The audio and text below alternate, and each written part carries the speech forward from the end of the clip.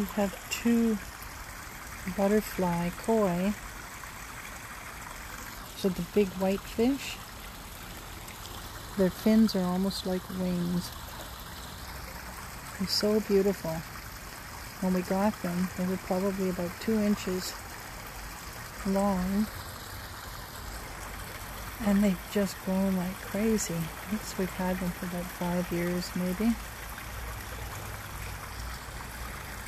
They're so much bigger than the rest of the goldfish. The goldfish are offspring of the original goldfish that we had, well, that I got actually myself back in 2000 when I had the pond made. And I went to the pet store and I found these feeder fish, they called them. They were just colorless, tiny little things. And I bought a dozen of them to save them from being fed to other creatures, and put them in the pond and thought, well, we'll just wait and see what they turn into when they grow up. And they turned into the most stunning blood red goldfish with long flowing fantails. Just so beautiful. And at one point we had so many fish in the pond that I was having to give them away and sell them to make room, because you really shouldn't crowd your fish.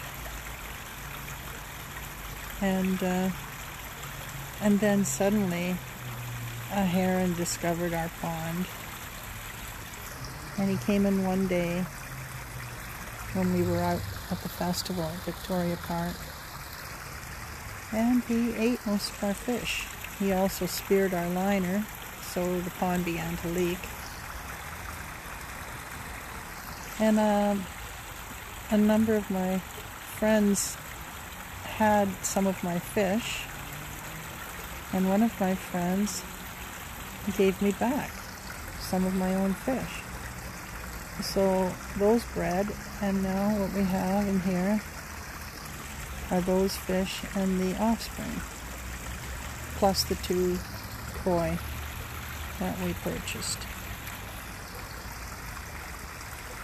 And it's very soothing to sit out here and listen to the water.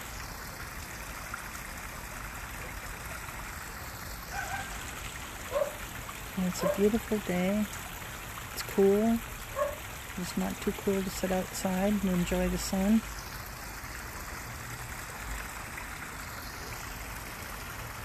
We quite frequently have our meals out here on the deck. We have a marble table with an umbrella, and we quite often have friends come over and join us for dinner or lunch, and just have a nice time sitting beside the pond. Very soothing. You can see in the background there, right here, we have a fireplace, and behind the 2 ugly garbage pails, which aren't usually there. We bring out chairs and we light a fire, and bring our guitars out and sing by the fire. It's quite nice. You can see the flames from every angle of the fireplace. There's the willow weaving on top of our limestone wall. These rocks are very, very old. They were brought in apparently from the Muskoka area. And I had the wall built. I'm not really like a wall person, but I wanted my dogs to be safe, and so I thought if I build a stone wall, it'll look beautiful. It'll be in keeping with the cabin look of our cottage. And when I had the wall finished, I got on the other side of it and called the dogs just to see if it would contain them, and lo and behold, of course, they put their toes in the cracks of the stones, because there are all these gaping little holes, and they climbed right over top of the wall.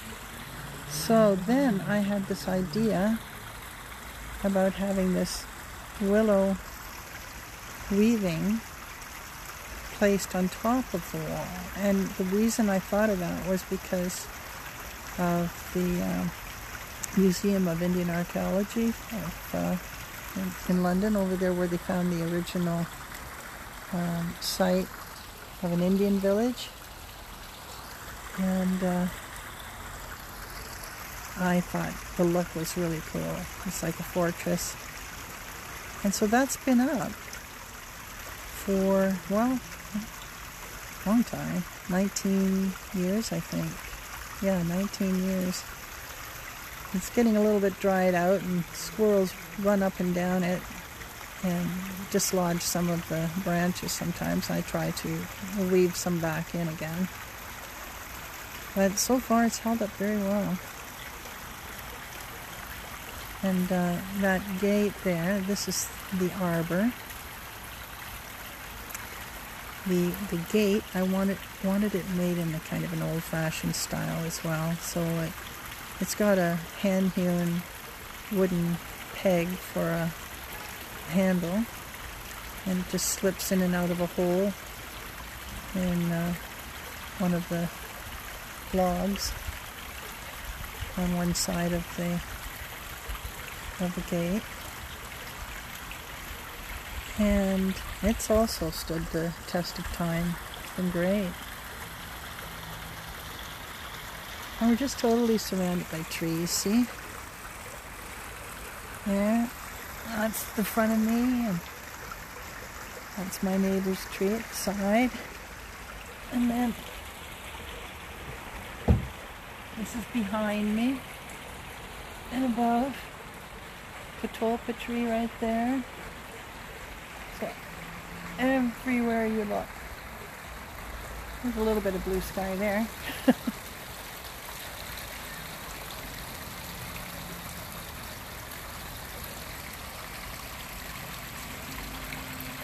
It's just all trees.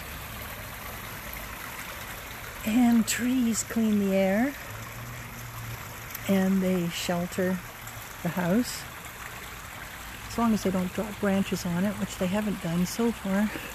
Touch wood. No pun intended. Oh, and I put this fence in. It's a very, very tall fence, wooden fence. And on top of each panel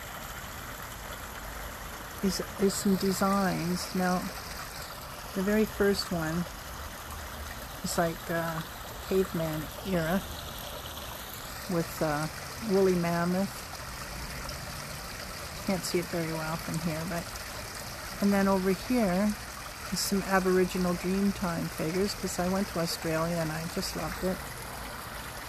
A friend of mine carved these, or he did them with a machine. And there is a southwestern theme here with horses and Indians riding horses. And here we have kind of a maritime thing going on. I decided to paint this particular panel with the seagulls. I was going to do them all, but I kind of changed my mind. I don't know why.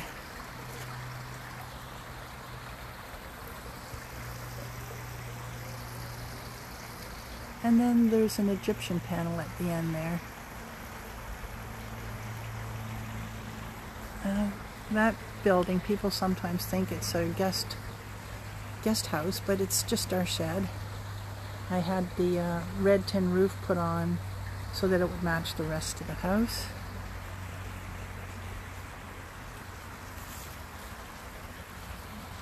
There's my totem pole. This back section of the house I originally rented out, and that's how I managed to pay off my mortgage many, many years ago. Took a long time, but I managed to do that eventually. Then I didn't have to rent it out anymore. I got to use the whole house, which is wonderful. So now back there is it's a separate entrance to this entrance. They're both at the side of the house instead of the front. And in this back part's where we watch television and relax. Have guests come over sometimes and watch movies with us. And there's a screen door. Had to get it shortened because the roof line and the door were kind of bumping into each other. That worked out very nicely. That's our living room in there through those windows. And then as you go through that living room, you go into the sunroom, which is on the other side of the house. And it's all windows as well. Anyways, I love living here. I've lived here for 36 years. I was really thrilled when I met Walter and he fixed my house. You wouldn't believe what he did. I mean, my living room, the foundation under the living room was rotted. Rotted right out, and I didn't even realize that until the floor started to slope and you started to see some light between the floor and the windows. And then Walter came in and he got under this small space. You see, there's not much space there. He put in this ledge where you can walk along the side of the house. But under there is where he crawled. And he took out all the rotten wood, pulled it out, and replaced it with good solid beams. And there's extra support in there as well, with jacks, etc., so that'll never happen again. And it's bone dry now. There's no way it's going to rot out. And then he built all these windows back in. These were all brand new windows here that he put in. At one point there were 2 sets of these windows. One set was the original right at the roof line. And then he put this set in, and we were living with 2 sets of windows. And then in the springtime he took out all the old ones and he made all of this, finished off all of this top area. Here's our doggies. Is that Tika? Yeah, that's Tika. And there's Moki. Are you saying hi? No, you guys stay in there for now. And there's Pebbles back in there, can't see. Anyways, Walter did an amazing job replacing all these windows. And then we put in the wood floor in the living room together. And that was a big job. And then he did a whole bunch more work. He completely redid the bathroom and did all the walls and ceiling, and we painted it, and we just put a lot of hard work into it. But you know, it was a labor of love. I love this place.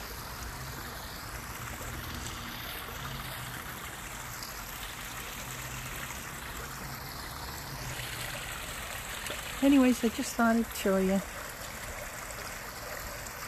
a little bit of our place, tell you about it.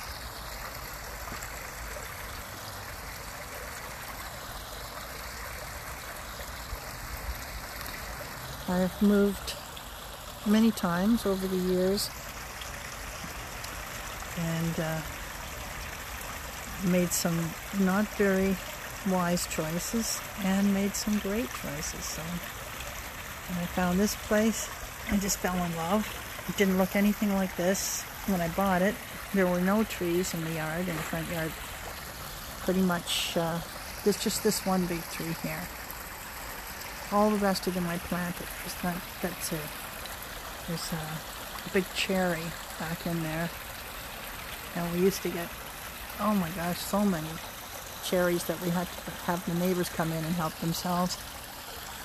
And I planted a tree every year, saved up my money, and put it towards trees.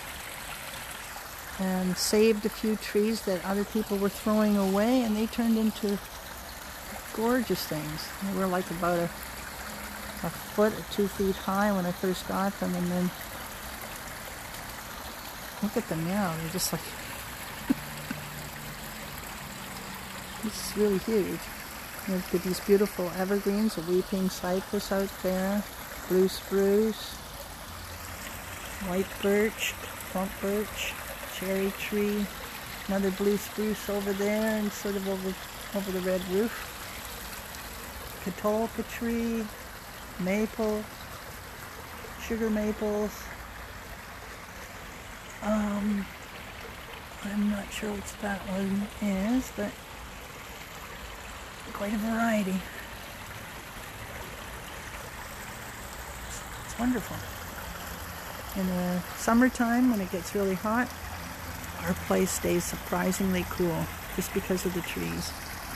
And in the wintertime, when it's really cold, this area in here in the side yard is actually a little bit less cold because it's so protected from the cold blowing wind. Oh, there's our koi.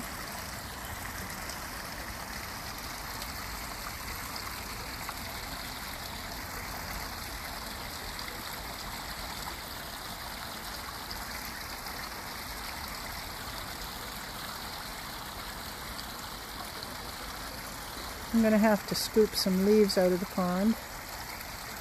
In the winter time, the fish stay in there, and I have a cattle trough heater, and I just plug it in right here beside the deck, and it floats in the water, and it keeps the pond from freezing over.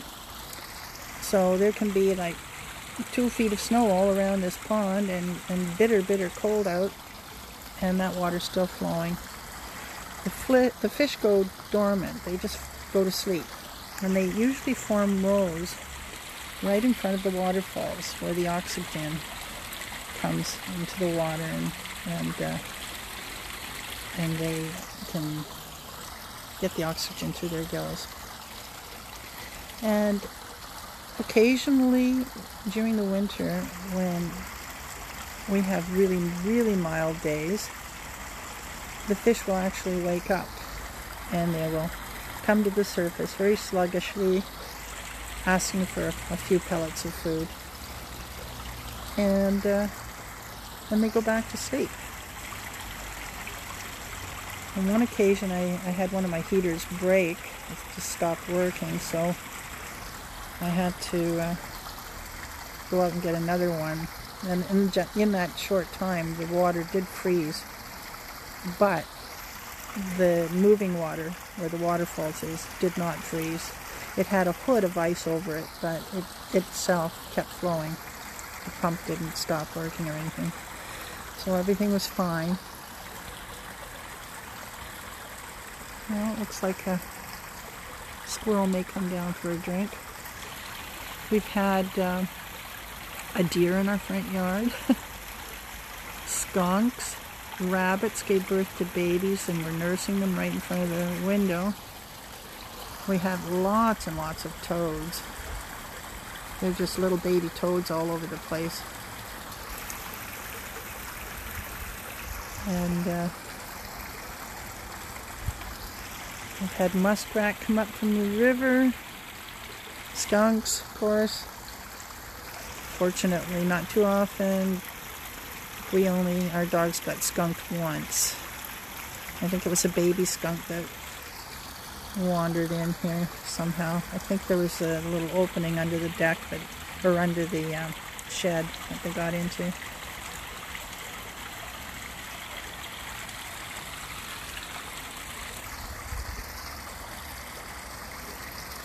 But I can sit and listen to this sound forever. I actually have a little sort of a basket chair. It's very comfortable, and I have fallen asleep in that basket chair before, all curled up.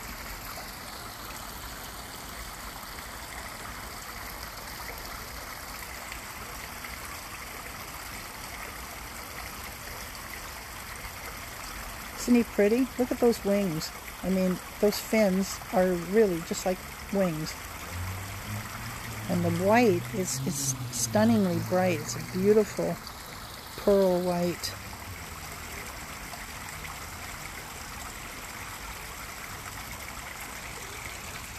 And they come when they're called, and it's time to eat.